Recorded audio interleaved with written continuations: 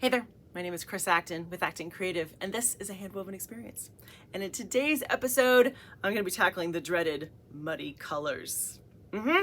If you have just started weaving, you may not have heard of this phenomena yet, but muddy colors is a circumstance when you combine certain colors together, and when all is said and done, it creates kind of a muddy effect. That doesn't mean it's brown, but it does mean that they aren't clear. They blend together. Whether that be a combination of the colors, the pattern, like it all, it's just not as precise as you were hoping for. Muddy colors. Now, ultimately, muddy colors is a contrast problem. And here's what I mean. When you have two colors that are very similar on a black and white scale, your eye is not necessarily going to be able to distinguish one from the other, and it's going to kind of blend it all into one big thing. Let me show you an example so we're on the same page here. So this is a project I did recently. This is Pinwheel. If you like Pinwheel, there's a whole episode about it. Go back a couple episodes and check it out. It's very fun. But I did this towel in Pinwheel. Now, here's how I set it up. In the middle part of the warp, I did this lipstick red and a light blue. And then on the edges, I did kind of a brick red and a darker blue for the kind of the, see them, the sides there.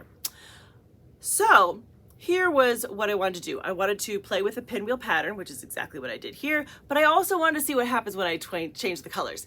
So you'll see I've got nice pinwheel pattern happening here, and then I wanted to have what happens if I did the two darker colors right here. But you notice how these are much less distinctive, and the colors they're not as clear. They're kind of muddy-ish, right? And here's what I want to show you so that you can kind of understand what the challenge is, and then we'll talk about how to fix it, right? So if you take a picture of your fabric, right, just like this, and you edit it, so you put it on a black and white filter. So go into your image, click edit, go into the filters. They'll have all kinds of them. There's usually, 10, 12 of them. Pick the one that has black and white. There's usually more than one, but pick one that has black and white and see what it looks like. So I did exactly that thing. So I took a picture of this section and look at this.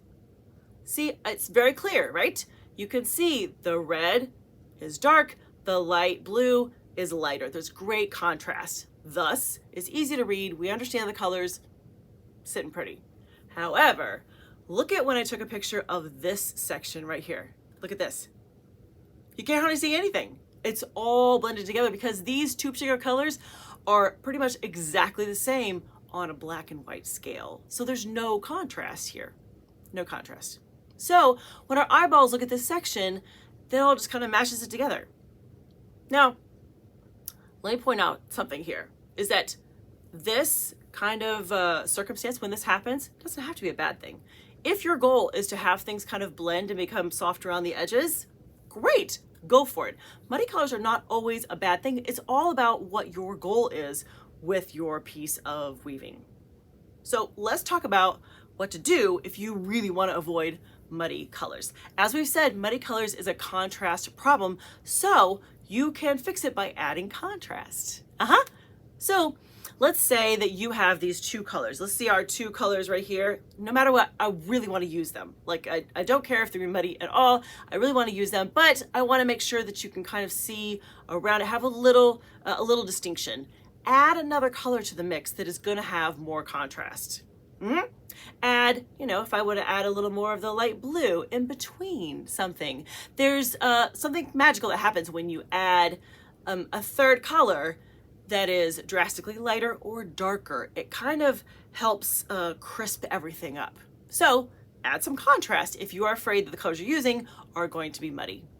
The other thing that I would encourage you to consider is proportions. Do you need to have 50-50 of the two colors that you love? Or could you have a little less of one and more of the other and have a little contrasting something in between?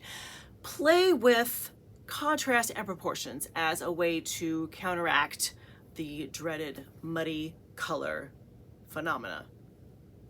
You can do it. And here's what I'd love to hear from you. Do you have a muddy color story? Because so many weavers do, where they combined two colors they thought were great, and then when it's done, they're like, oh, I don't like that at all. Nope.